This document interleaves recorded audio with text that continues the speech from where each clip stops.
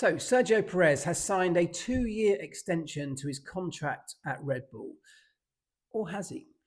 There was a lot of weirdness and awkwardness about the way that contract extension was announced. The wording that was used in Red Bull's statement left a number of questions for me. And it's since become more and more clear that they are unwilling to commit to the idea of Sergio Perez actually being with the team in 2026. The only thing you will find Christian Horner ever saying is that he's committed for 2025.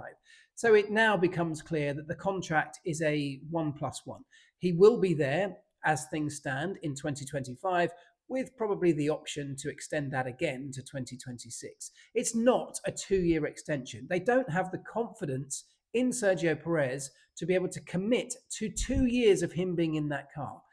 And rightly so. I mean, just look at the results that he has had, not just since the contract announcement, but before that too. He's not been good enough in that car. Now, I have a lot of time for Sergio Perez. I think he's been a wonderful driver in this sport. He's been able to deliver throughout his career some unbelievable results, sometimes in cars that shouldn't really have been able to deliver those results. He's been a magician when it comes to keeping tyres alive on many occasions. But in the Red Bull, it's just not working right now. There's an element of this that Max Verstappen is obviously a phenomenal teammate. And when your benchmark is that high, any discrepancies are clearly going to get shown up. But is this announcement, is this decision to keep Sergio in the car going to cost Red Bull the championship this year?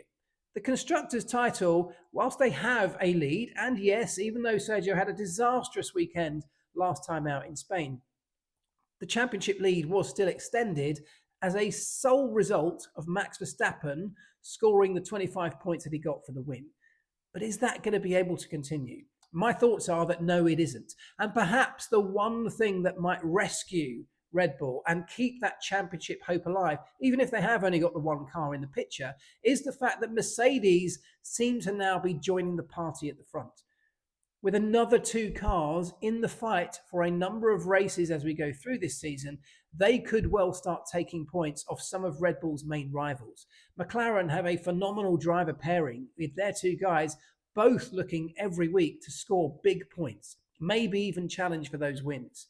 Ferrari, although they've had a little bit of up and down recently, clearly are on the path back towards success. They have a car that works incredibly well at some circuits. And if they can maximize everything, they've also got 2 drivers, once again, that will be up there or thereabouts.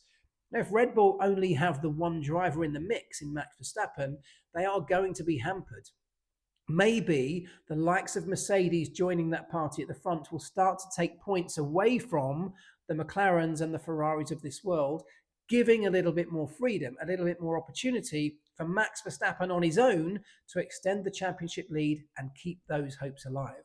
It feels like a really difficult time for Red Bull in terms of what they do with their driver pairing.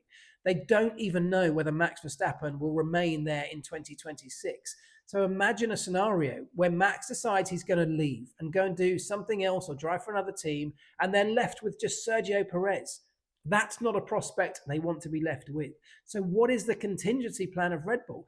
I don't think they have one. And I don't think there's an obvious one either. And that is the dilemma they have. That's why they had to sign Sergio Perez, partly just to keep Max Verstappen happy, because their biggest hope is actually hanging on to their star driver and what is probably their biggest asset in Max. Signing Sergio Perez doesn't ruffle any feathers. It keeps the status quo in that Max is very clearly the number 1 driver. Everything's centered around him, and Sergio doesn't pose any kind of threat whatsoever. By destabilizing that relationship and that environment, they increase the risk of potentially losing Max Verstappen in 26, and then Red Bull have a whole world of pain on their hands. If you want to know more about this story or many more, don't forget to go and download the Seedstream Formula One app. You'll find it in any of your app stores. It's an app that me, together with a couple of friends, created, and I love it, and I'm pretty sure you will too. It's absolutely free, so give it a go.